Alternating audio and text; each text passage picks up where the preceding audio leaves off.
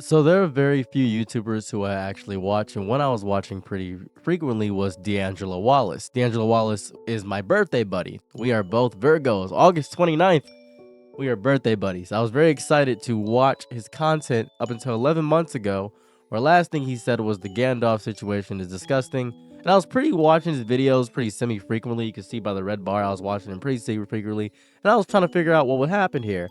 Until I saw I literally cannot do this today. Now this is during the election. And to summarize this video very quickly, he just was upset about the state of the election and how horrifying it was and how much anti-woke stuff was it was a really bad. It was bad on his anxiety, made him stressed. It was a lot of stuff going on there. And so I was wondering what happened to him, and I didn't really see much. Besides, I believe there was an Instagram post. I believe there was an Instagram post from I believe June. June where he said I love you, something of that variety. That's about the last thing I saw from D'Angelo Wallace was an Instagram post. Yeah, yeah, he's bald now. That was the last thing. Yeah, 16 weeks ago, June, or he looks bald, more so. That's what I saw. Looks like he's living his best life, not doing that bad. That was 16 weeks ago. So D'Angelo's doing pretty okay from that standpoint. Only 3 images there, only 3. So we got that. Now, I gotta say this. I was very confused about why he left. I really was. But then I began to really sit and think on it. If you've been curious about why D'Angelo Wallace left, you might find this very helpful. And it might actually help you. So I hope my rant that I'm about to give you helps you in some capacity. D'Angelo Wallace committed probably the most sane and radical act you commit in the modern attention economy. Just, he walked away. That's what he did.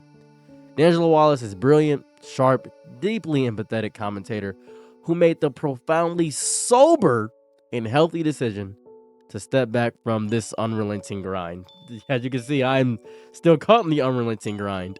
And it's not like he got canceled, it wasn't a scandal, it wasn't a failure. This was a young man with a wisdom to himself, looking into the spotlight of the internet and recognizing that the cost of staying in its glow was a slow, steady erosion of his own psyche. He understood a fundamental truth, I think, that the platform desperately tries to hide, that YouTube, for all of its promise of community and creativity, is a machine that is not built for every kind of soul. And it's not. I'm built for this. I really am. I make constant content and I get a lot of hate. I'm really used to it. And and when you feed it your attention, your anxiety, and your analytical brilliance day after day, you risk being chewed up and spat out by the very algorithm that made you famous. And there's a very specific corrosive toil this platform takes. It happens every day, right? Every single day, I look at my videos. I go through my videos and I look at my subscriber count lose 200 and gain 400 every day. Every day I watch this. I watch my own videos get ranked against each other. Oh, this one did 4 out of 10. I watch my other videos do much better. I watch them. I watch other people do much better than me. And it hurts a little bit. But even more than that, because I talk about the news, and even if I didn't talk about the news, it would still be in my public zeitgeist. There's always something new, whether it be Twitter or Instagram or TikTok. And it happens. YouTube is not a neutral stage. It is a coliseum that rewards perpetual output, relentless engagement, and often performative outrage. Hence why sometimes you'll see me do a clickbait title. For someone who delved into complex, emotionally charged topics with such nuance and care, from internet scandals to systematic injustice, the job wasn't just create content for D'Angelo. It was to constantly immerse himself in the worst of online behavior, to dissect toxicity, to sit with the weight of heavy cultural conversation, and then to package that trauma into a palatable, well edited narrative. That is not just work, it is a form of intellectual and spiritual heavy lifting that would leave anyone feeling hollowed out. The pressure to always be on, to have the correct and insightful take on every new disaster, to be both a journalist and a therapist for an audience of millions. It is an unsustainable burden to place on any single person, let alone a young creator. We are in the constant age where we are not just informed of disasters, we are somehow marinated in them. The news cycle is no longer just a cycle, it's a continuous high definition 360 feed where every atrocity, every injustice, every act of staggering stupidity is delivered with algorithmic efficiency designed to maximize our engagement through sheer unadulterated panic and rage. To choose to not be, well, to choose to be a primary narrator for that, to willingly dive into the septic tank day after wretched day to research, to script, to edit, and to perform a take on the latest cultural rupture, that itself is a form of psychological self-harm that would break a lesser person. And it's a job that demands you sand down your empathy just to get through the work, to treat existential dread as a structural element, and to package collective despair into a neat, digestible video. And that's what he did. It wasn't a career-ending move. I'm sure D'Angelo is financially fine. That's what makes his exit so powerful to me, so pure. This wasn't a retreat born out of necessity. It was a strategic withdrawal of profound self-awareness. He had the success, the platform, the audience, all the metrics over society, all that. All the things that tell us, okay, he's winning. And he looked at that win, saw the cost, his own mental peace, his own capacity for joy, his own soul. He understood that no amount of ad revenue or subscriber count is worth the corrosion of your inner world. And this culture always screams more, faster, louder. And that's amazing. He pulled a corpse husband. Corpse husband decided to walk away, so did D'Angelo Wallace. And it's such a special, unique kind of exhaustion, because I want to point this out. I work at Amazon. It's my job. I work at a warehouse at Amazon. And I'm off the entire month of October right now, but I go back November 1st. It's peak season. I'm very excited because I need extra money, because I'm trying to get my little autistic brother through school right now, and my mother needs the extra help. So I'm hoping the job and the extra funds I get from YouTube can go towards him. It'd be a nice little Christmas gift. I'd be very happy about that. I'm just going to work until everybody in my family is taken care of. That'd be very nice. And that level of exhaustion at work is nothing like the exhaustion of YouTube. It is horrible. It's a very specific exhaustion. It's really strange. It's not the fatigue of hard work. It's the spiritual death of constantly bearing witness to the worst of human behavior, somehow always, and interacting with the vocal minority and seeing systemic failure. It's the feeling that you're trying to bail out the ocean with a thimble, all while in a chorus of voices in the comments is yelling that you're holding the thimble wrong. That's it. Probably doesn't. You probably don't know what a thimble is. I feel like I am in a storm of 1,000 miles per hour winds, and I have an umbrella, and I weigh 2 pounds, and I am being told by everybody to just endure the storm. You start to see the world not as a place of beauty and complexity, but as a broken system generating an infinite supply of content for your own burnout.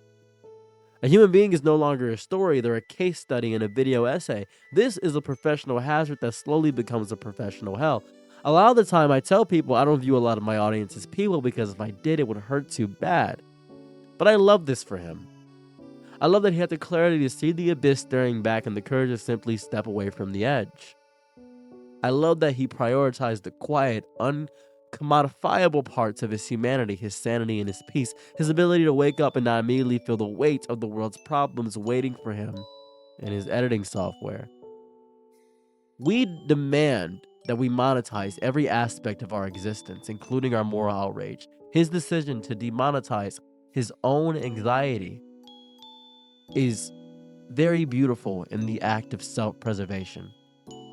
What he did is something so many of us feel, but are too afraid to act on. We feel the drag, the drain, the constant low-grade hum of despair that comes from being terminally online and terminally aware, but we keep scrolling, we keep consuming, we keep engaging, you keep commenting, because it feels like dropping out is a form of surrender. You get that FOMO.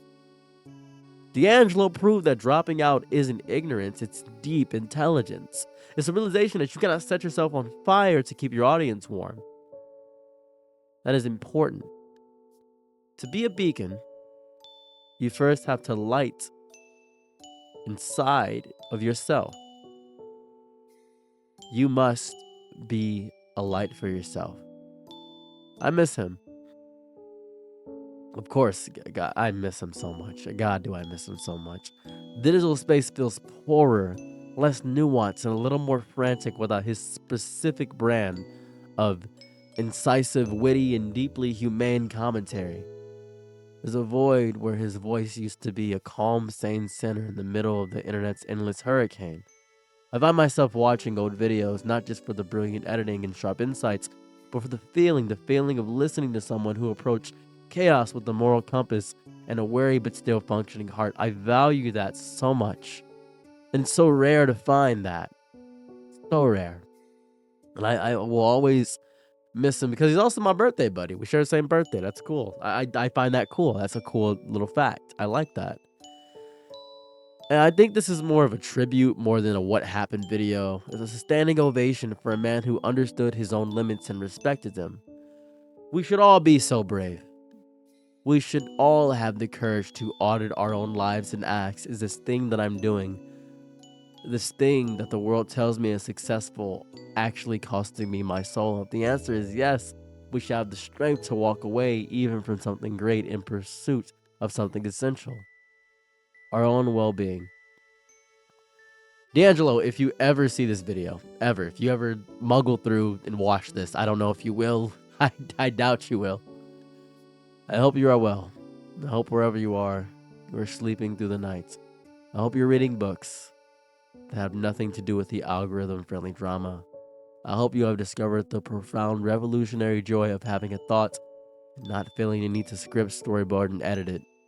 I hope your days are filled with quiet moments and real laughter, the kind that isn't followed by the instinct to open a video editor. I hope your soul is healing, that the constant noise of the digital storm has been replaced by the simple, uncomplicated sounds of your own life. I do wish you would come back. I do. Selfishly. Achingly, I do. It's strange. Parasocially, I really do wish you would come back.